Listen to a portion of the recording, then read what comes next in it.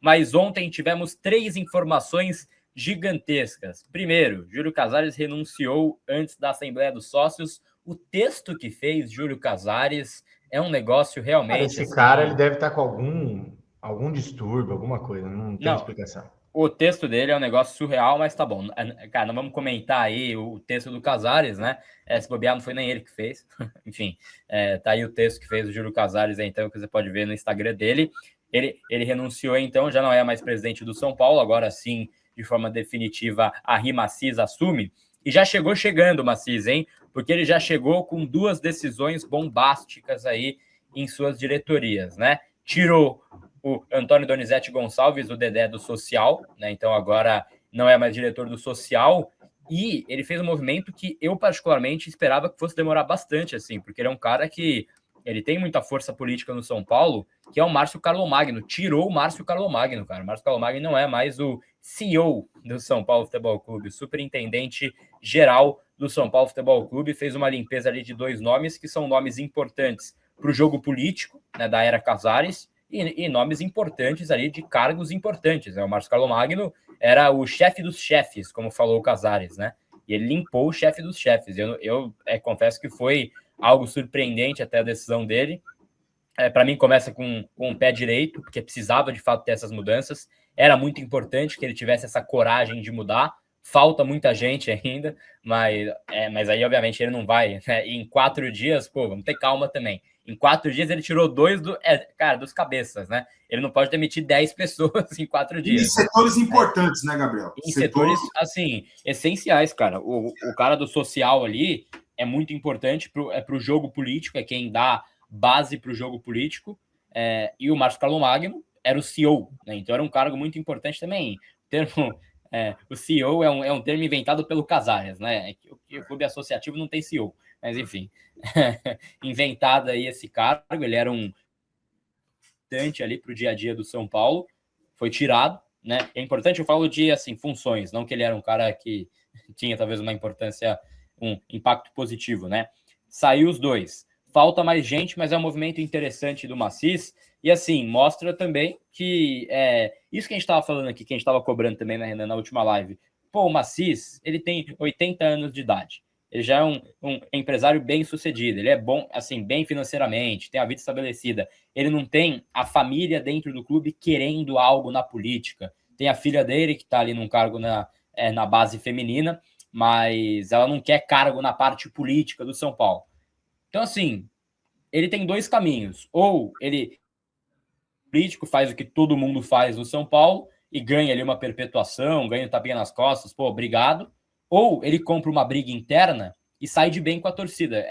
Quem sabe ano que vem aí, ele na casa dele com um copo de cerveja, ele vai tá vendo ali comentários no seu Instagram, pô, obrigado, limpou os caras, vai ser importante para o próximo passo. Ele tinha 2 caminhos. Ele parece estar escolhendo nesse momento, é óbvio que a gente pode precipitar aqui também, o caminho certo, que é o caminho da limpeza e de mudar as coisas ruins no São Paulo. Falta muita gente, mas já é um baita caminho, um baita passo do Macis. Espero que ele continue assim e tem que também, cara, tentar contratar caras certos para esse vestiário, né? Isso que o Renan falou. Por exemplo, tá saindo o Carlomagno, acho que esse cargo vale colocar um cara que tem experiência de mercado, né? Porque o Márcio Carlomagno ganhava um salário de cara que tem experiência de mercado, ganhava um puta salário o Carlomagno. Então, é algo Mas que você mercado? pode colocar. Mercado do quê? Assim, esportivo, né? Colocar um cara que tenha nome. Cara, que seja não, eu tô perguntando, o Márcio Carlomagno, ele tinha experiência de qual mercado? Pra ele ter esse salário todo aí. O antecessor não tinha experiência, concordo. Ele fez uma carreira de 20 anos em parte política do São Paulo. Ele não tem nenhuma prévia que você fala, pô, esse cara já foi o pica de uma baita empresa, de um baita clube, ele nunca foi. Isso é importante ele colocar. E para o vestiário, tá saindo o Muricy Ramalho para o cargo de coordenador de futebol. É hora de pensar num cara que vai ajudar a segurar. E eu já falei aqui que esse cara, para mim, é um ex-lateral nosso, né? Para mim, o Rafinha, hoje, né? Para esse grupo atual, para esses caras, ele causaria um impacto positivo. A gente vai observando aí esses próximos passos, esses movimentos em si do Macis, mas acho que ele começa bem com essa limpeza que ele faz, o Renan. Não, começou bem demais. Tem mais coisa para fazer ainda. acho que na minha visão, pelo menos, tem mais gente para sair, mas eu acho que as funções, né, as posições que mais impactavam ali na coalizão junto com o Júlio eram essas duas, e ele já eliminou em poucos dias como presidente do São Paulo. As outras, como ele mesmo fala, né, ele quer tomar par da situação e daí sim tomar as decisões, mas acredito sinceramente, Gabriel, que outras coisas vão acontecer lá em Cotia, algumas movimentações na Barra Funda podem acontecer também, e lá em outras funções do clube também, né? Em outras, né? No financeiro, no marketing, enfim, são outras funções que ele precisa e deve ter mais tempo, tranquilo. Agora, essas duas, o do Carlos Magno, principalmente, para mim, foi surpresa a velocidade, mas é que na questão do camarote, ali ele já deveria ter saído junto com o Douglas e com a Mara Casares, né? Porque ele é diretamente ligado a esse esquema do camarote, segundo os áudios, certo? Segundo aquele áudio que a gente ouviu. Mas começa bem na movimentação, e eu ia justamente te perguntar a respeito o cargo do Muricy, é o que mesmo? Gerente de futebol, né? Isso. Coordenador de futebol. Coordenador de futebol. Pô, cara, eu ia te perguntar, né? Porque acho que questão de saúde também, ele tá preferindo se afastar, e precisaria sim de um cara que tem um respeito, um cara que tem amizade com a maioria deles e que tem o respeito deles, é um cara que é líder. Eu não sei se a intenção do Rafinha para já seria isso. Não sei se você tem alguma informação, Gabriel, mas numa vez que eu tive com ele aí no aniversário do Luizão, não mostrou que tem logo interesse para esse tipo de cargo, né? Mas eu acho que o nome ideal seria ele. Eu ficaria bem feliz se o pessoal procurasse, o senhor Massis procurasse o Rafinha para esse cargo aí. Eu acho que seria bom. Ele tem o respeito da torcida do São Paulo. Isso é uma coisa que impacta também ali no futebol, né? Então, acho que é um bom nome aí para ser o coordenador de futebol de São Paulo. Eu acho que seria muito importante você definir esses nomes assim, Nick, porque é um ano... Gabriel, para mim, já seria o Luiz Gustavo antes. Para mim, seria o Luiz Gustavo. Ele continuar por um tempinho jogando e sendo já preparado para isso. Eu vejo esse perfil perfeito assim no Luiz Gustavo. E olha, nem sei, nunca conversei com ele, nem sei se ele pretende isso para o pós-carreira dele. Mas eu já ia sugerir isso para ele. Quer continuar jogando mais um ano, mas nessa condição financeira, nós não podemos mais te pagar, nessa condição financeira, e queremos você aqui coordenando o nosso futebol. Exatamente. E só também nessa parte política, saiu agora na Globo também a informação de que nessa busca e apreensão de ontem, a polícia encontrou anotações importantes com indícios de como era a exploração ilegal do camarote no estádio do Morumbi, né? Que a tal da Rita Adriana deixou na casa dela ali um bloco de anotações que foram confiscadas pela polícia. Isso vai colaborar com essa investigação também. Assim a gente espera. Nick, com tanta instabilidade política no São Paulo, essa limpeza é muito importante para que São Paulo recupere credibilidade, acima de tudo, né, de público, mercado e assim, dos próprios jogadores, que é o que o próprio Hernan Crespo falou, né, que tem que voltar assim, credibilidade da diretoria, é algo importante, mas ao mesmo tempo, São Paulo precisa pensar também em peças que vão ajudar a tocar o barco. Acho que uma dessas peças poderia vir a ser o Rafinha, né? E aí tem outras funções que você tem que exercer, porque tem que ter o cara boleirão, tem que ter esse equilíbrio, que a gente esperava que fosse o Muricy Ramalho, e ele não vinha sendo, até pelo fato dele não conseguir viajar com o grupo, às vezes isso impacta também, isso era algo importante, mas também é muito importante que você tenha um cara executivo, um cara sério, né? Um cara profissional. Basta de colocar conselheiro aí, cara, colocar cabide de emprego, que aí sim a coisa vai ficar feia, viu?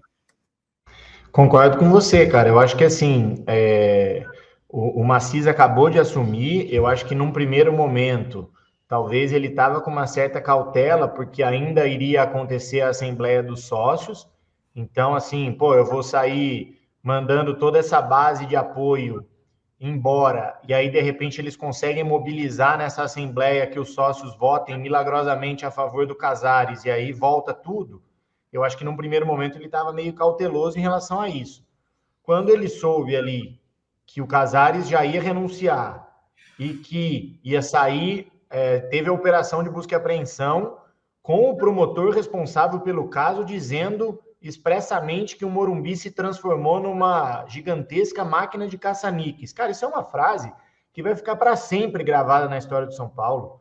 O Morumbi, o templo sagrado, o palco de inúmeras conquistas internacionais do São Paulo ao longo de quase 100 anos de história, de repente virou, entre aspas, uma gigantesca máquina de caça-níqueis.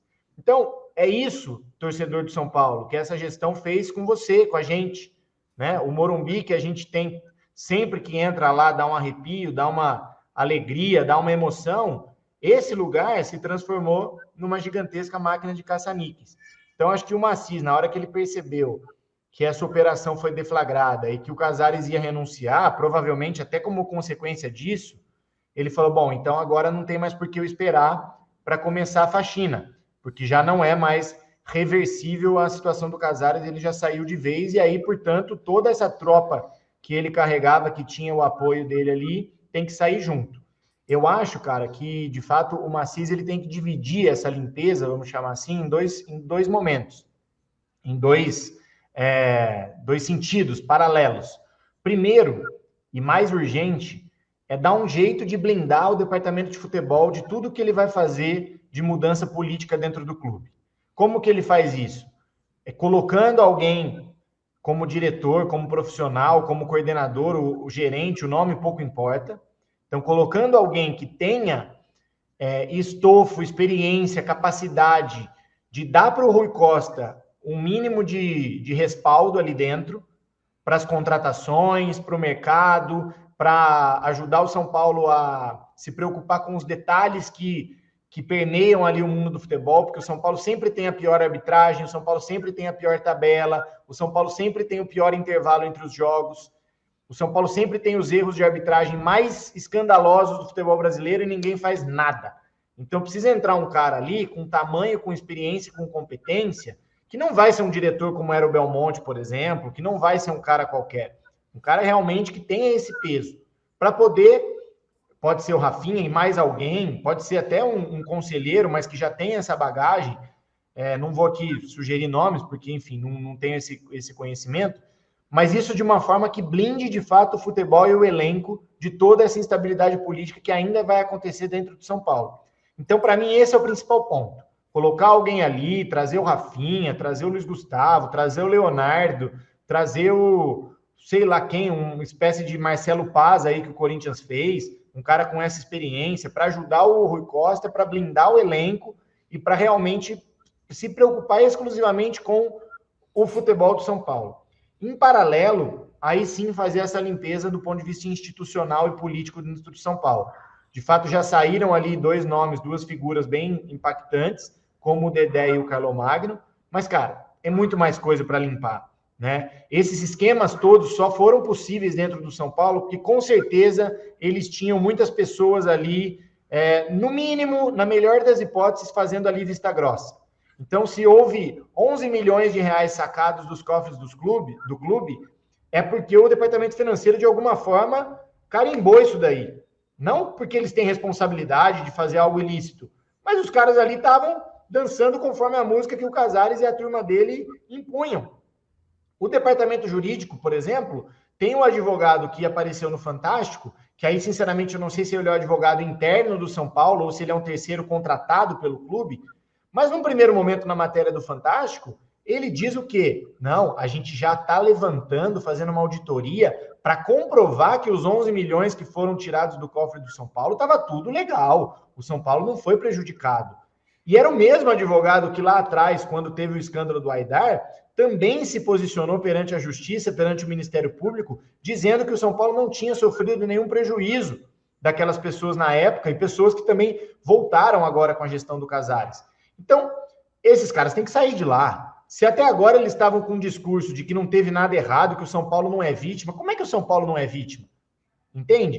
Então, essa limpeza toda, ela tem que acontecer, e ela vai acontecer, imagino, de uma forma gradativa, porque isso não é tão simples assim, mas para que isso aconteça, o futebol tem que estar blindado. Então, acho que o primeiro ato do Massis, realmente, tem que ser, eu vou blindar o futebol, eu vou colocar no futebol pessoas competentes e profissionais e com experiência, com bagagem, para poder separar isso da discussão e da instabilidade, e aí sim eu vou mexer no que tem que ser mexido ali de maneira institucional dentro do clube. Se ele não fizer isso, as coisas vão sempre começar a se misturar, vai surgir para ele muitas pessoas oportunistas, também querendo se aproveitar do momento para ganhar bagagem política em cima disso, e isso ele tem que tomar um certo cuidado também. Então, acho que ele teria que fazer essas duas coisas. Primeiro, blindar o futebol para depois conseguir fazer essa limpa, que, como o Renan falou, envolve departamento jurídico, financeiro, social, cotia, enfim, milhões de áreas dentro do clube, mas o futebol tem que estar bem protegido de tudo isso. É isso, vai ser muito importante. Bom, para a gente fechar, vamos ler mensagens da galera aqui, os superchats aqui dos amigos que acompanham o Arquibancada Tricolor. Hoje teve muita mensagem também. O Alan Neves falou que nada justifica Tolói e Cédric Soares. Tá aí o pessoal, então, falando da escalação de ontem também. O Fraguete Júnior falou, enviou, bom dia, Carlos Miguel, no caso, Aidar Casares. Não estranhe, caso nas próximas eleições terá a chapa Os Renunciados. Isso é impossível, abraço para todos. Pois é, né? Gabi, só uma coisa, eu para sempre, pro resto da minha vida, eu vou falar que o Casares sofreu impeachment. Eu me recuso a dizer que ele saiu porque ele renunciou. Eu me recuso. Formalmente ele renunciou, tá lá a cartinha no Instagram dele, pode ler e se emocionar à vontade. Mas esse cara sofreu impeachment dentro do São Paulo. Ponto final. Ele sofreu impeachment no Conselho, isso é. Porque assim, cara, 2 impeachments, né, teria que ser empichado 2 vezes. Ele foi empichado e a Assembleia do Sócio é para confirmar o impeachment, né, que ele sofreu no Conselho. Então, ele pipocou antes da confirmação, ele foi empichado pelo Conselho. Ele é o primeiro presidente da história. Exato, sim. É isso aí. Ele vai ser para sempre o presidente que sofreu impeachment na história do São Paulo. Ele pode adorar, porque ele quis até levantar a taça da Copa do Brasil, lá aquela imagem absolutamente constrangedora do Caleri e do Rafinha tentando puxar o troféu da mão dele. Então, ele se intitula como o primeiro presidente campeão da Copa do Brasil, que de fato ele foi, mas ele também além de ser o pior presidente da história do São Paulo, algo que a gente desconfiava que seria impossível depois da gestão do Leco, mas aí é um título subjetivo que a gente dá por opinião para ele, mas além disso ele vai carregar para sempre o carimbo de o primeiro e único presidente que sofreu impeachment na história do São Paulo. Porque essa renúncia agora, ela, cara, não significa absolutamente nada. Se ele tivesse renunciado antes da votação do Conselho, tudo bem. Mas ele tomou uma lavada, ele fez um discurso que não para em pé perante os conselheiros lá, você estava lá no dia, e aí depois disso renunciar simplesmente porque ele quer resguardar de alguma forma os direitos políticos dele dentro do clube, desculpa, cara, a renúncia para mim não tem peso nenhum. Para mim ele é um presidente que sofreu impeachment dentro de São Paulo.